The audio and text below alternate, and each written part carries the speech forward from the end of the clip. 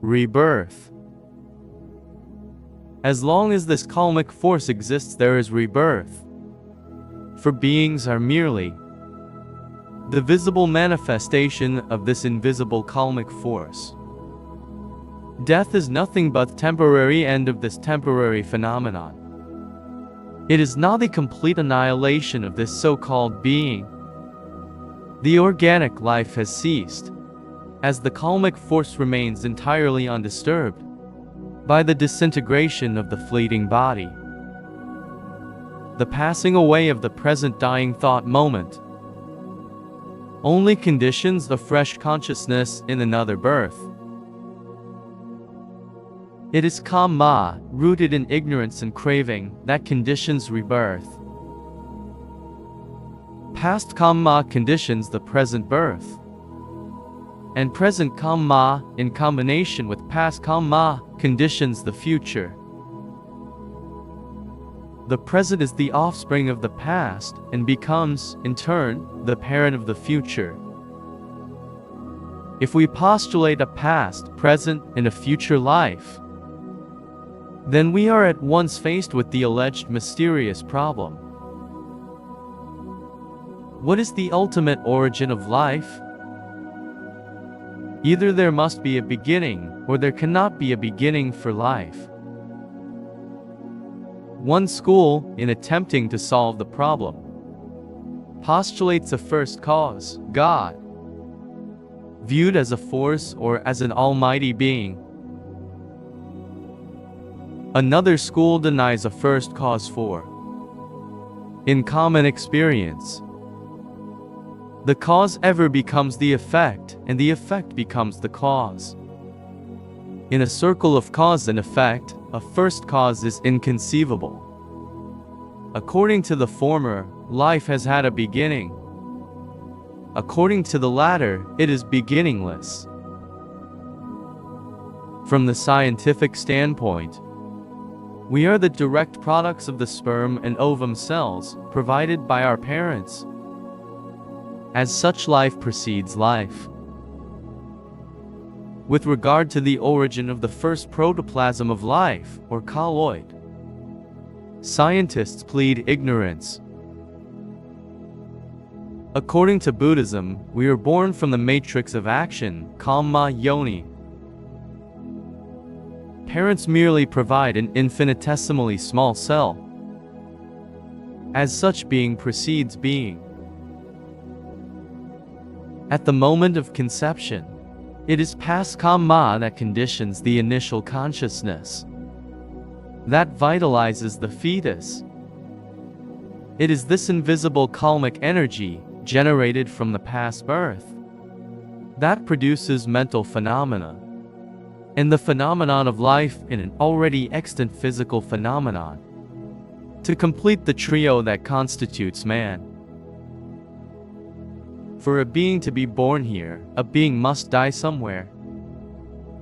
The birth of a being, which strictly means the arising of the five aggregates, or psycho-physical phenomena in this present life, corresponds to the death of a being in a past life.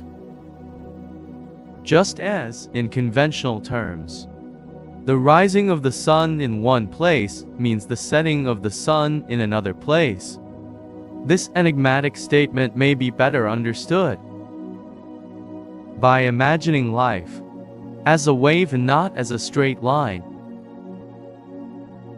Birth and death are only two phases of the same process.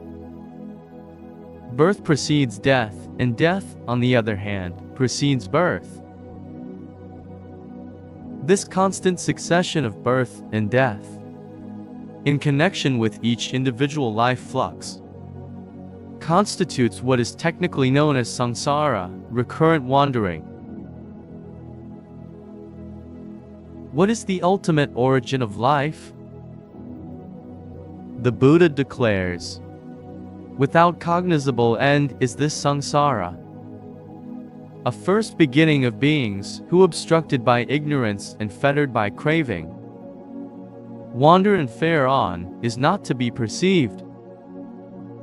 This life stream flows ad infinitum, as long as it is fed by the muddy waters of ignorance and craving. When these two are completely cut off, then only, if one so wishes, does the stream cease to flow. Rebirth ends as in the case of the Buddhas and Arahants. An ultimate beginning of this life stream cannot be determined, as a stage cannot be perceived. When this life force was not fraught with ignorance and craving. The Buddha has here referred merely to the beginning of the life stream of living beings. It is left to scientists to speculate on the origin and the evolution of the universe. The Buddha does not attempt to solve all the ethical and philosophical problems that perplex mankind. Nor does he deal with theories and speculations that tend neither to edification nor to enlightenment. Nor does he demand blind faith from his adherents. Anenta first cause. He is chiefly concerned with the problem of suffering and its destruction, with but this one practical and specific purpose in view. All irrelevant side issues are completely ignored. But how are we to believe that there is a past existence? The most valuable evidence Buddhists cite in favor of rebirth is the Buddha, for he developed a knowledge which enabled him to read past and future lives. Following his instructions, his disciples also developed this knowledge, and were able to read their past lives to a great extent. Even some Indian rishis, before the advent of the Buddha, were distinguished for such psychic powers as clairaudience, clairvoyance, thought reading, remembering past births, etc. There are also some persons who, probably in accordance with the laws of association, spontaneously develop the memory of their past birth and remember fragments of their previous lives. Such cases are very rare, but those few well attested. Respectable cases tend to throw some light on the idea of a past birth. So are the experiences of some modern dependable psychics, and strange cases of alternating in multiple personalities. In hypnotic states, some relate experiences of their past lives, while a few others read the past lives of others and even heal diseases. Sometimes we get strange experiences, which cannot be explained but by rebirth.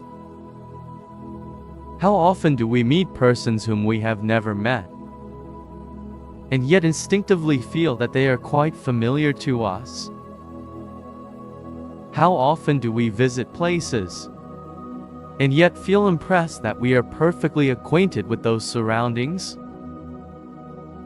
The Buddha tells us, through previous associations or present advantage, that old love springs up again like the lotus in the water. Experiences of some reliable modern psychists, ghostly phenomena, spirit communications, strange alternating and multiple personalities, and so on, shed some light upon this problem of rebirth. Into this world come perfect ones, like the Buddhas and highly developed personalities. Do they evolve suddenly? Can they be the products of a single existence? How are we to account for great characters like Buddhaghosa, Panini, Kalidasa, Homer, and Plato? Men of genius like Shakespeare, infant prodigies like Pascal, Mozart, Beethoven, Raphael, Ramanujan, etc. Heredity alone cannot account for them. else their ancestry would disclose it, their posterity, even greater than themselves, demonstrate it.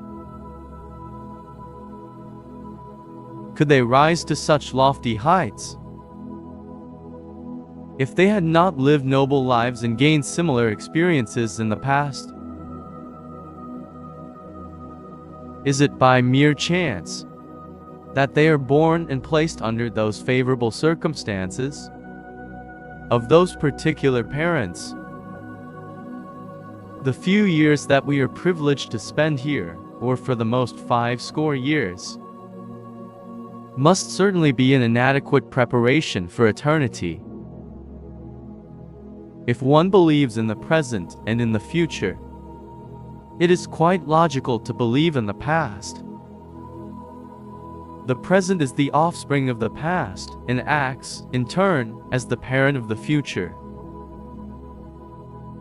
If there are reasons to believe that we have existed in the past, then surely there are no reasons to disbelieve that we shall continue to exist after our present life has apparently ceased.